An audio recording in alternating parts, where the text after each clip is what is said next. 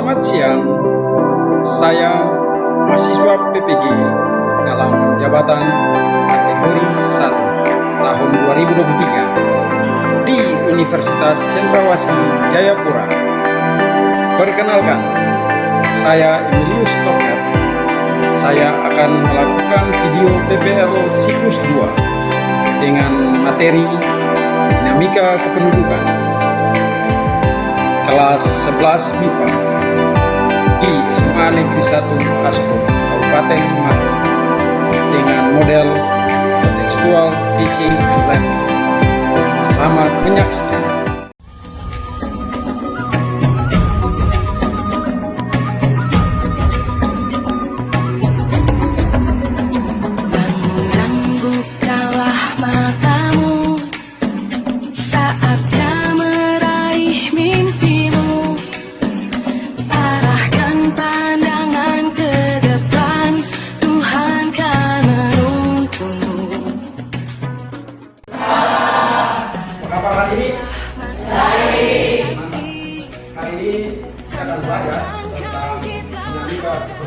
Sebelum memulai kegiatan kita buka dengan doa supaya apa yang kita belajar, apa yang kita dapatkan bisa kita serapi, bisa kita terima dengan baik. Untuk itu, Pak Guru minta salah satu daripada kalian membawakan kita dalam doa.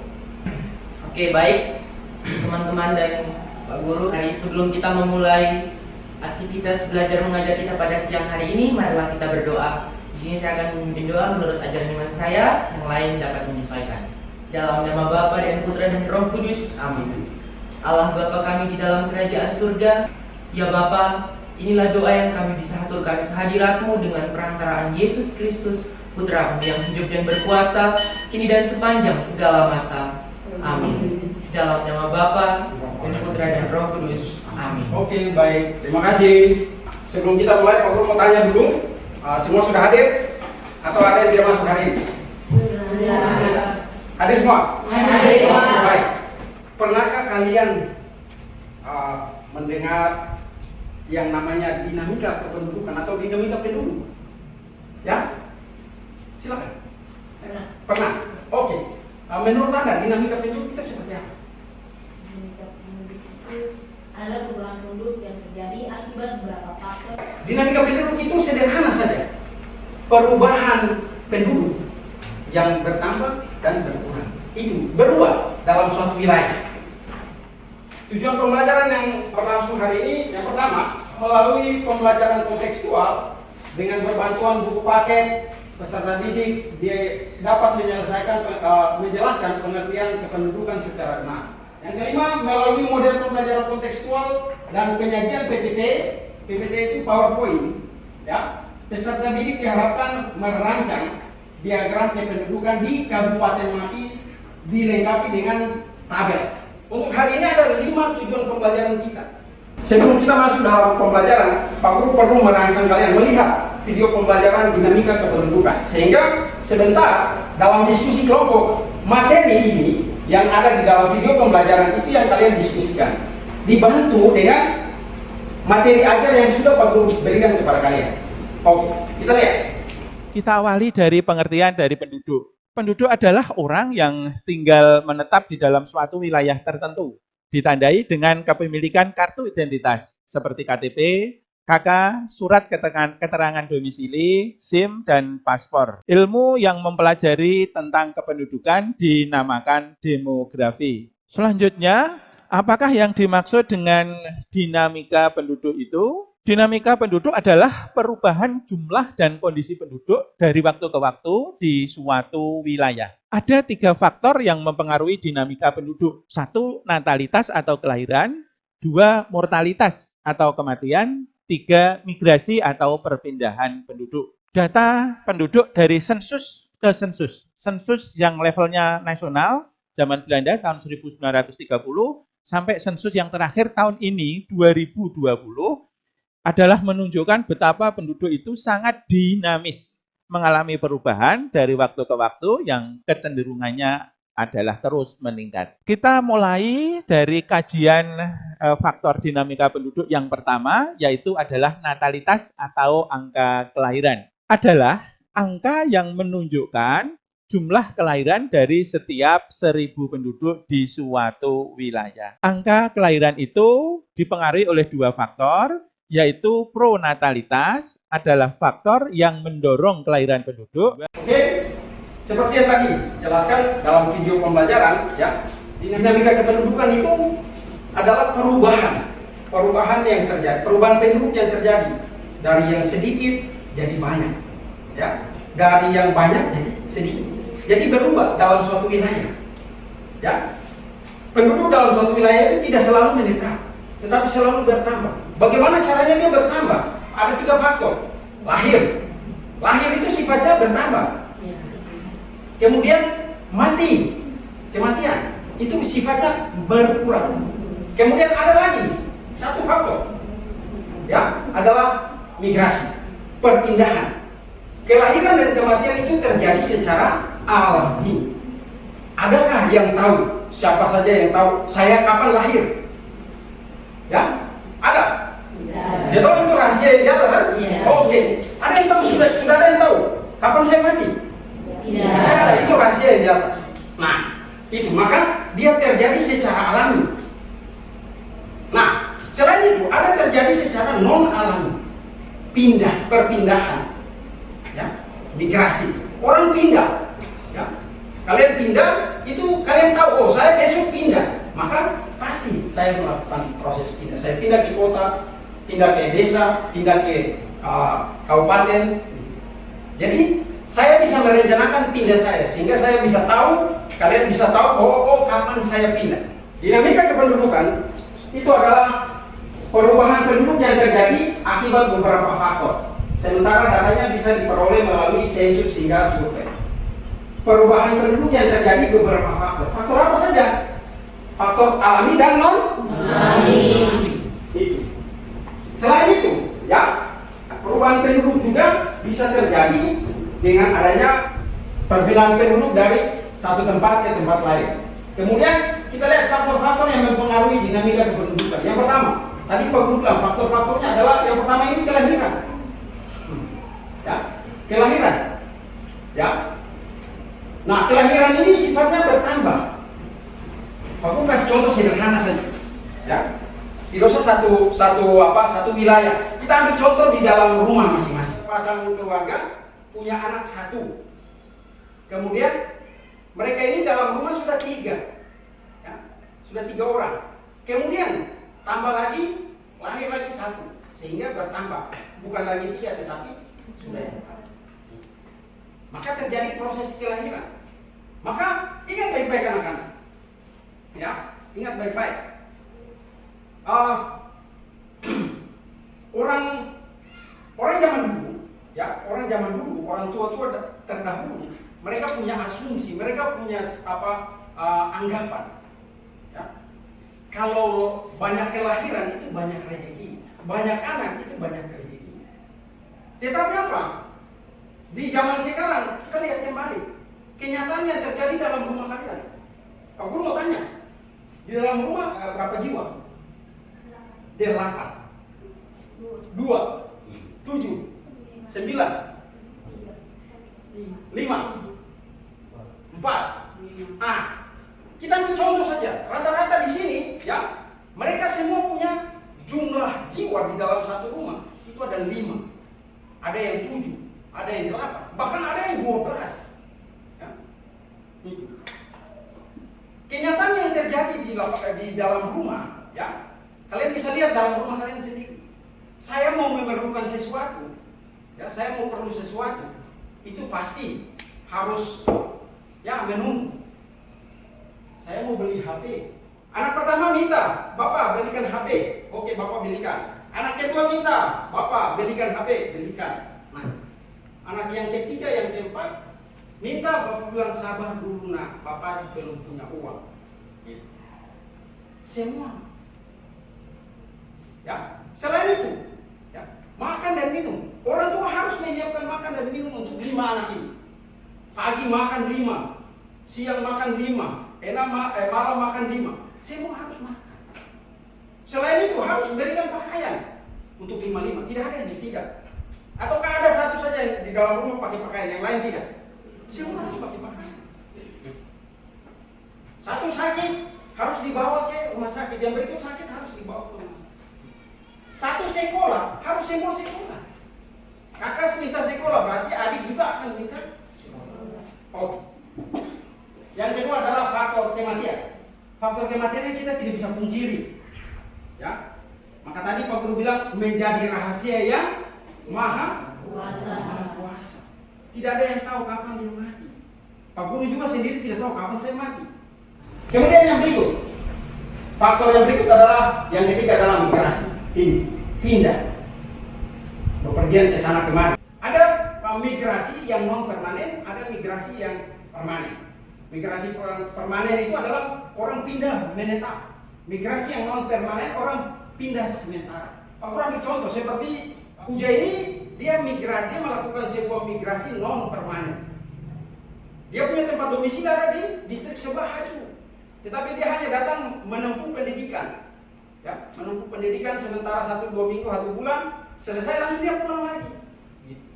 Nanti dia kembali lagi. Gitu. Itu namanya migrasi non permanen. Migrasi yang permanen itu adalah pindah seterusnya, tidak kembali. Paham? Oke. Aku kasih contoh satu. Nadir di kelas 10 dia melakukan pindah atau migrasi permanen. Ya, dari Kepi datang ke Aswe, ke Askor, dan tidak pernah kembali itu. Ya, itu yang dinamakan dengan migrasi, pindah permanen, pindah penduduk. Bagaimana cara untuk mengetahui jumlah penduduk? Yang pertama adalah melalui sensus. Sensus itu dilakukan selama 5 tahun sekali. Nah, sensus dibagi menjadi 2. Ada de facto, ada de jure. Kita lihat jumlah penduduk. Pak Guru ambil sampel, itu adalah harusnya Pak Guru ambil dari Indonesia.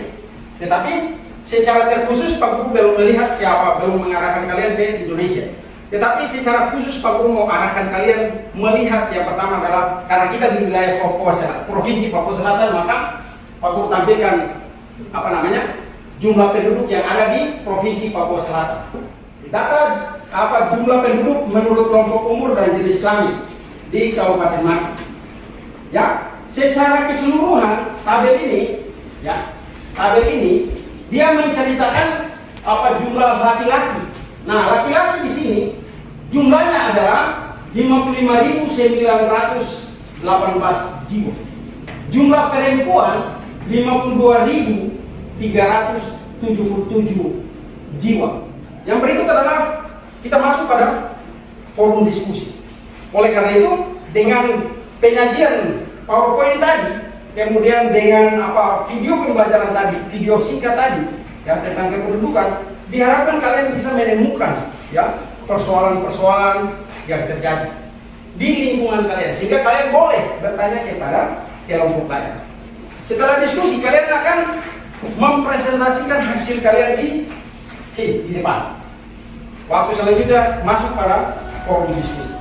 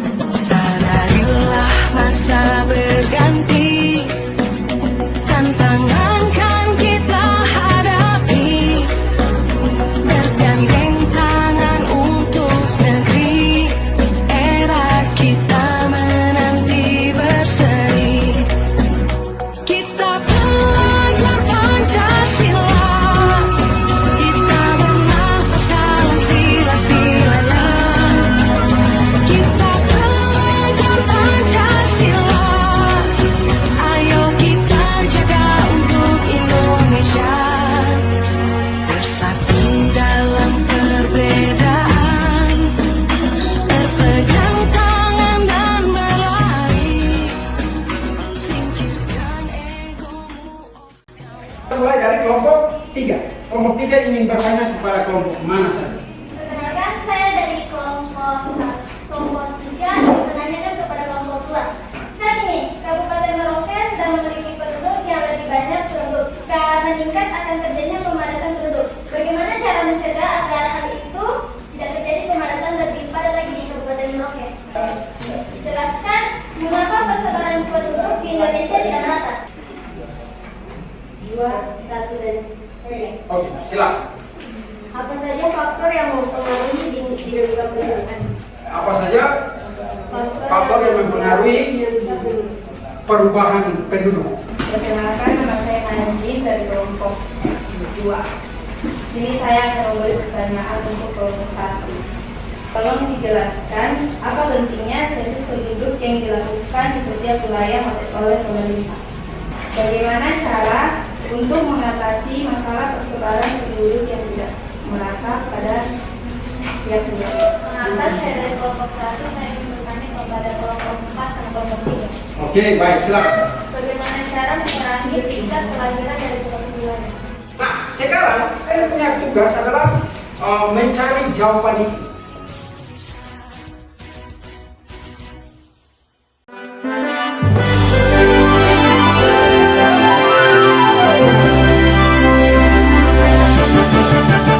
Gerakan nasional revolusi mental membangun generasi. Sebelum mulai kita berikan aplaus untuk mereka nih. Oke, silakan. Selamat siang semua teman-teman. Ya. Perkenalkan, saya Fitriani, perwakilan dari kelompok 2 ingin mempresentasikan hasil dari pertanyaan teman-teman semuanya. Yang pertama saya akan menjawab pertanyaan dari kelompok 3. Pertanyaannya adalah bagaimana cara mengatasi kepadatan penduduk yang terjadi di Merauke. Jawabannya adalah banyak cara yang dapat diatasi, seperti melakukan transmigrasi ke wilayah yang lebih kurang penduduk. Itu pertama. Yang kedua, pemerataan lapangan kerja di luar wilayah Merauke itu banyak. Seperti mungkin di kita sendiri itu masih banyak lapangan pekerjaan yang sebenarnya masih kosong. Cuman mungkin dari kita sendiri harus mengolahnya sendiri seperti itu. Yang ketiga, pengendalian jumlah penduduk dengan program KB. Baik, selanjutnya pertanyaan dari kelompok 4, yaitu apa saja faktor yang mempengaruhi dinamika penduduk? Terdapat 3 faktor yang mempengaruhinya, yaitu pertama adalah kelahiran yang terjadi di suatu wilayah, itu merupakan penambahan penduduk. Yang kedua, kematian. Yang ketiga, migrasi. Sekian jawaban dari kelompok kami. Siang, luar biasa, tetap semangat. Iha. Oke, berikan aplaus. Selamat siang. Luar biasa, tetap semangat. Ila. Oke, baik teman-teman sekalian. Kami dari kelompok 4 ingin mempresentasikan hasil diskusi kami. Jadi di sini kami akan menjawab pertanyaan dari setiap kelompok. Yang pertama dari kelompok 3. Tadi pertanyaannya, sebutkan faktor dalam antinatalitas. Ya. Jadi di sini saya akan menjawab. Jadi ada beberapa faktor yang terdapat dalam antinatalitas, yaitu yang pertama seperti pelaksanaan program KB, penundaan usia kawin dini, dan bertambah banyaknya perempuan yang berkarir. Bagaimana menurut kelompok 3? Jawabannya sudah puas atau belum? Sudah? Oke. Sekarang kami menjawab pertanyaan dari kelompok 2. Bagaimana cara untuk mengatasi masalah persebaran penduduk yang tidak merata? Kita dapat melakukan transmigrasi ke wilayah yang jarang penduduknya. Yang berikutnya, pemerataan lapangan kerja dengan mengembangkan industri di luar Pulau Jawa, dan pengendalian jumlah penduduk dengan program KB atau penundaan usia menikah. Kami akan menjawab pertanyaan dari kelompok 1, yaitu bagaimana cara mengatasi tingkat kelahiran dalam suatu wilayah.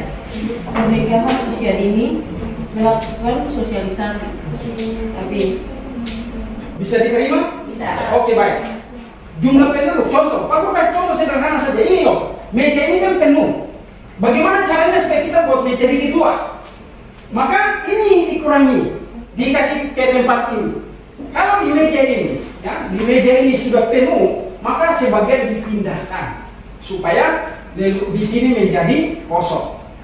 Nah, yang dipindahkan ini ditempatkan di tempat yang kosong supaya tempat itu juga bisa terisi. Sekian presentasi dari kami. Sekian dan terima kasih. Selamat siang. Siang. Luar biasa, tetap semangat. Iya. Oke, berikan aplaus. Siap. Luar biasa, tetap semangat. Iya.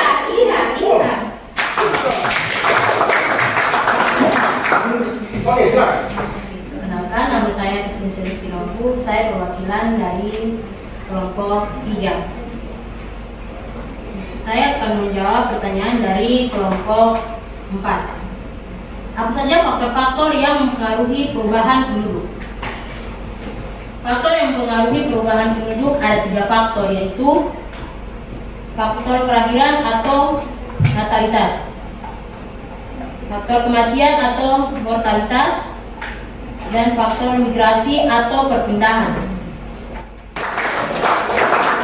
Silakan. Selamat siang, kami dari kelompok 1 ingin mempresentasikan dari jawaban dari kelompok 3, yaitu jelaskan mengapa persebaran penduduk di Indonesia tidak merata, yaitu luas lahan pertanian di Jawa semakin sempit, lahan bagian petani sebagian dijadikan pemukiman dan industri. Oke, saya akan menjawab pertanyaan dari kelompok 4. Apa saja faktor yang mempengaruhi dinamika penduduk? Jawabannya, faktor yang mempengaruhi dinamika penduduk terdapat 3 faktor, yaitu kelahiran, kematian, dan bermigrasi. Jelaskan apa pentingnya sensus penduduk yang dilakukan. Jawabannya, agar mengetahui keseluruhan proses menghimpun dan menyusun serta menerbitkan data-data demografi, ekonomi, dan sosial. Selanjutnya, Pak Guru akan melakukan tes atau post test. Kita belajar Pancasila, kita bernafas dalam sila-silanya. Kita belajar Pancasila, ayo kita jaga untuk Indonesia. Yang sudah boleh ditunggu. Oh, luar biasa. Yanti. Oke, masih ada? Natalia.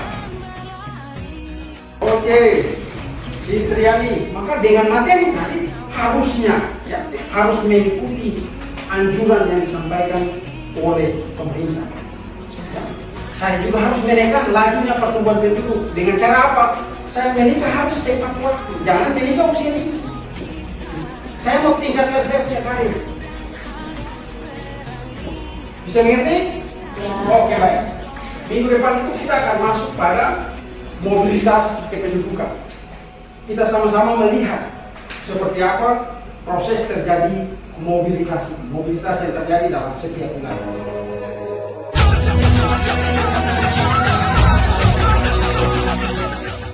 Mari semuanya, mari teman-teman, sebelum kita mengakhiri kegiatan kita hari ini, marilah kita berdoa menurut keyakinan kita masing-masing.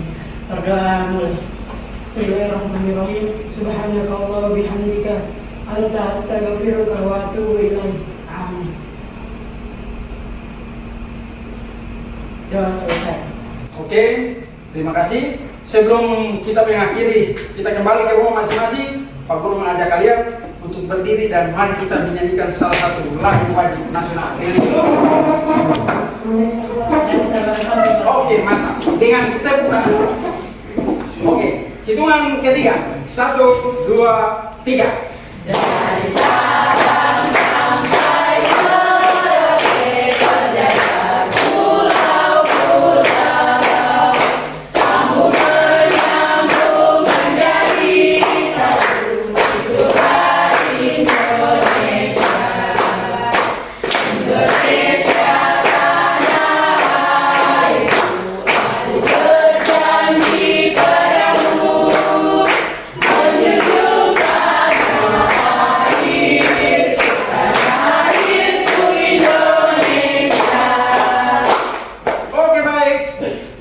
kasih untuk kalian semua atas proses pembelajaran di siang hari ini.